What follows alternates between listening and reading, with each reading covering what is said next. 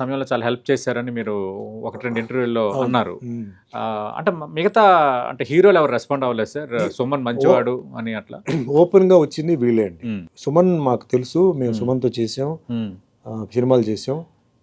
సుమన్ అలాంటి వాడు కాదు. ఆయన తలుచుకుంటే ఆయన రేంజే వేరే. ఓకే. ఆయన అలాంటి చీప్ ట్రిక్స్‌కి పోవాల్సిన అవసరం లేదు కూడా. పైగా మంచి డబ్బులు ఆయనకి సంపాదిస్తున్నాడు. ఇలాంటి చీప్ ట్రిక్స్ చేయాల్సింది కాదు. ఓహో!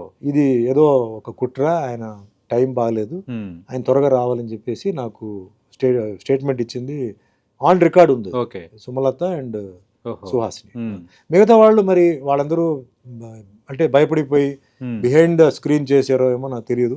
బయట ఎవరు మద్దతు తెలపలేదు. బయట ఎవరు ఓపెన్గా ఓన్లీ ఒక వ్యక్తి మటుకు నేను మర్చిపోనండి. అది ఎవరంటే నేను జైలు నుంచి బయటకు వచ్చిన తర్వాత నైట్ రిలీజ్ అయ్యాను. October 2, October 1. మరుసటి రోజు నేను మధురైకి వెళ్ళాలి. మార్నింగ్ వచ్చి మోహన్ బాబు గారు ఒక పూలదండ పెట్టుకొని గేట్ దగ్గర నుంచున్నారు. గేట్ లాక్ చేసి పెట్టాం. ఎర్లీ మార్నింగ్ వచ్చారు 6:30కి.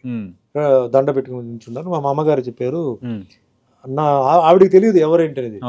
ఎవరో మోహన్ బాబు అంట, హీరో అంట వచ్చినారంటే పిలవని చెప్తే పాపం వచ్చి పూలదండ వేసి, బాబా ఆశీర్వాదాలు నీకు ఉంటాయి, మీ మదర్ కూడా బాబా డివోటీ, నేను కూడా డివోటీ, ఖచ్చితంగా మళ్ళీ నీకు అన్ని మామూలు అవుతాయి సుమన్, డోంట్ వరీ అని చెప్పి ధైర్యంగా వెళ్ళిన మనిషి అతనే.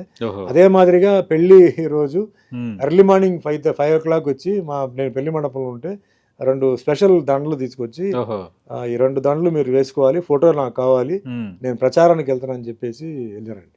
సో ఆ విషయంలో నిజంగా చెప్పాలంటే నాకు ఎవరంటే మోహన్ బాబు గారు నాకు ఫస్ట్ వచ్చి తీసింది. మరి బిహైండ్ తెలియదు, ఓపెన్ గా వచ్చింది. ఆయన అంతే కదా, ఆయన ఒకసారి డిసైడ్ అయిపోతే ఇంకా